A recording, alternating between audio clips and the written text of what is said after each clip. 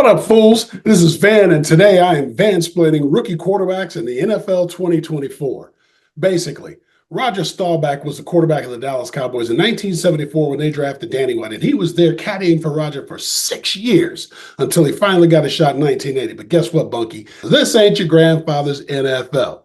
Basically, today you got 5 years. Count them: 1, 2, 3, 4, 5 years to know whether this is your guy or not. You better know by year 2 so you can move on if things go badly. Thus, the argument is this: do you start him or do you sit him? I see you in the back there, mister. You gotta let the guy sit for a bit because look, Tom Brady, Patrick Mahomes, they sat for a year and they're the greatest. Yeah, good for those guys. Okay. Mahomes sat behind Alex Smith, who was very, very good. And Tom Brady sat behind Drew Bledsoe, who was very, very good. The guys who sat behind guys who are very, very good, they are atypical of the movement because typically most rookies get drafted into dumpster fire situations, which means they need to get up to speed right away or that thing's going to burn out of control. Okay? This is why I hate the Atlanta Falcons. They signed Kirk Cousins to a big deal. Good for him. He's actually a very good quarterback. Then they draft Michael Penix Jr. It's not just that they drafted a rookie, it's that they drafted a sixth or a seventh year rookie who's going to sit behind a perennial all-pro bowler who is probably not going to play until 2027 with the first team. Way to develop your quarterback, guys. Okay, I don't like that plan at all. I also don't like what they're doing in either New England or in Denver, where they drafted their guy and then they created this fake competition because they want him to win the job. And so they bring in a veteran. It might not be completely washed, but the bathtub is almost full. And then they give that guy a bunch of the first team reps, which only slows down the development for the rookie who needs those first team reps. So what you have then is this: a guy you know isn't going to take you anywhere at 8-9 versus a rookie who's only half prepared, doesn't know the whole playbook, and you're not letting him off the chain anyway, which is a recipe for disaster, which is why both Denver and New England are already on the clock for next year's draft. Thus, the question: if you're not going to sit them, how do you start them? A lot of people look at what they did in Houston, the C.J. Stroud revival, and they say, well, you can't replicate that. That was a one-year thing. You can't do that again.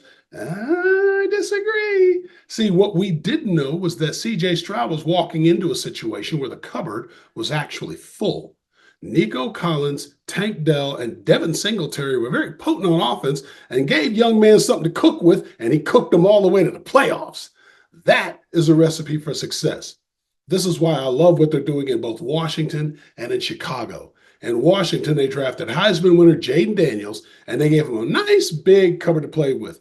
Terry McLaurin, Jan Dotson, Zach Ertz, Austin Eckler. Okay, young man has got the all-access pass. He's got the whole playbook, and he's got nice toys on offense to play with. Similarly, in Chicago, after many missteps, Justin Fields, they drafted Caleb Williams and made sure they gave him plenty to play with too.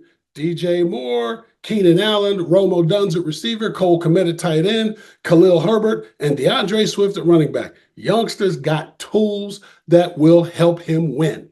This is why I like both situations because, again, we're not dancing around the whole start your rig. No. They gave him the whole playbook. They're giving him first team reps against the first team defense, and they're not making it easy for him. Thus, his development in both cases in Washington and in Chicago, the development of the quarterback is a certain guaranteed success. Now, final word. Don't take everything you see in the preseason to be seriously unless it's this. Everybody can look good in the preseason. That's okay. It's the preseason. Looking good in the preseason, okay. Right now, Jaden Daniels, Caleb Williams look good. But it's more important that you don't look bad in the preseason. Looking at you, Kenny Pickett. Looking at you, Justin Fields. You can't look bad in the preseason because all that does is mean that teams were wrong about you all along. Who saw that coming? And now they're both on the depth chart and sinking. Thus, I hate the Atlanta Falcons. I don't like what they're doing in New England. I don't like what they're doing in Denver, but I love what they're doing in Washington, and I really love what they're doing in Chicago. Heard it here first. It says so right here. The Commanders and the Bears are going to make the playoffs. Till next time, this is your boy Vansplaining. And remember, if I tell you there's cheese on the mountain, bring crackers.